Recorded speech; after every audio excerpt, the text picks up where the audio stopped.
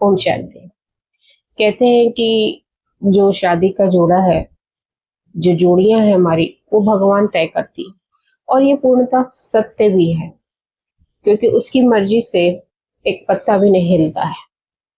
जैसे कि हम शादी का रिश्ता देखने जाते हैं, हमें सब कुछ पसंद होता है पर वहां वो रिश्ता नहीं होता है, या उनको हम पसंद होते हैं पर हमें वो पसंद नहीं होते हैं।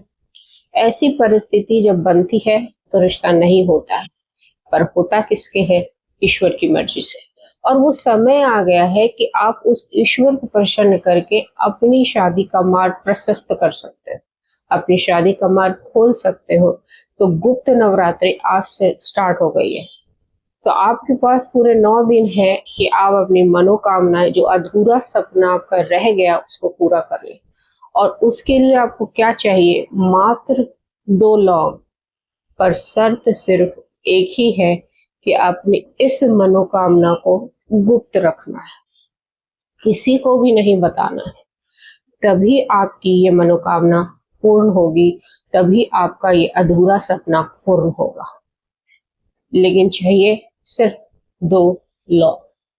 और ये उपाय आपके माता पिता भी कर सकते हैं, या आप स्वयं लड़का लड़की भी कर सकते हैं, या घर के कोई भी बुजुर्ग जो भी है आपके घर में, वो ये उपाय कर सकते हैं। अब इसके लिए जो समय है वो रात्रि का समय सबसे सब उचित होगा, या सायकाल में जब आप दीपक बाती करते हैं घर में, उस समय आप कर सकते हैं।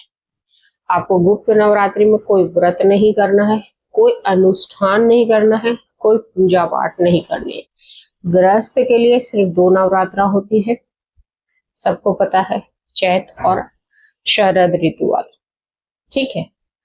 लेकिन जो 2 गुप्त नवरात्र होती हैं, वो उसको तंत्र विद्या सिद्ध होती है।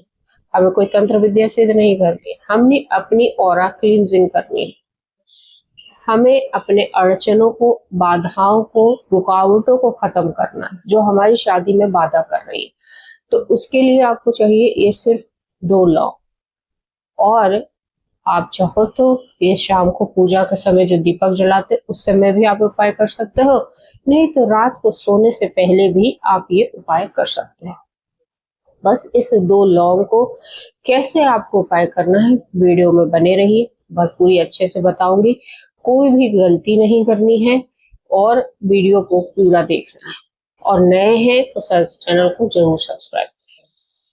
तो सबसे पहले आपको अपने जो घर में सारे काम निपटा लेने हैं, और सोने से पहले आपको ये उपाय कौन सी दिशा में करना है इसका भी ध्यान रखना है। पश्चिम दिशा में ये उपाय करना है, कहीं भी रूम के पश्चिम की तरफ मुंह करके आपको बैठ जाना है। अपने ही बेडरूम में बैठ जाओ या मंदिर के पास बैठ जाओ। अगर सायकाल में कर रहे हो तो मंदिर के समय पश्चिम की तरफ मुंह करके आपको बैठना है, और हाथ में रखना है ये 2 लौंग, और साथ में आपको एक कपूर की टिकिया भी रखनी है।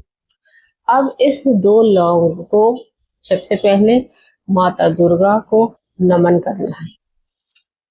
मनी मन अपनी शादी की अपने हाथ में रख के अपनी शादी की कामना करनी है, और उनका बीज मंत्र बोलना है, ओम दु दुर्गाय नमः, ओम दु दुर्गाय नमः। कम से कम 1 माला का जाप करना है, ओम दु दुर्गाय नमः। आप चाहो तो पश्चिम दिशा में उनका एक फोटो लगा सकते हैं, या आप मंदिर में ही एक फोटो लगा सकते हैं, या एक चौकी पे प्रॉपर स्थापना करके आपको एक फोटो लगा लेना चाहिए, ठीक है, दुर्गा माता का। और उसके बाद आपको मन ही मन अपनी शादी की कामना करनी है माता से, और बीज मंत्र का जाप करना है।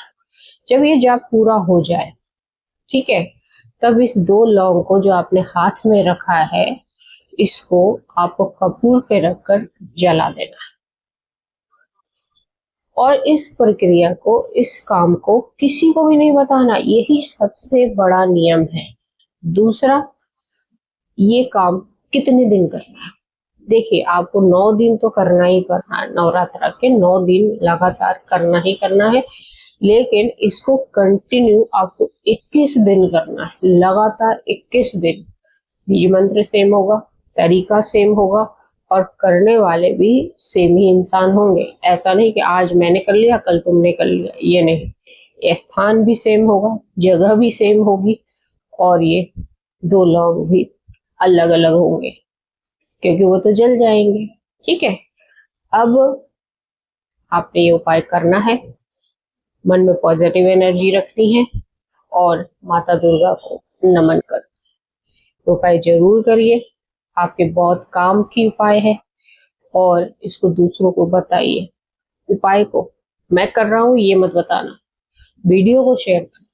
ठीक है, और कमेंट में जय माता दुर्गा जरूर लिखना या जय माता दी, क्योंकि माता की शक्ति के बगैर आपका कोई काम अधूरा है। जय हिंद, जय भारत।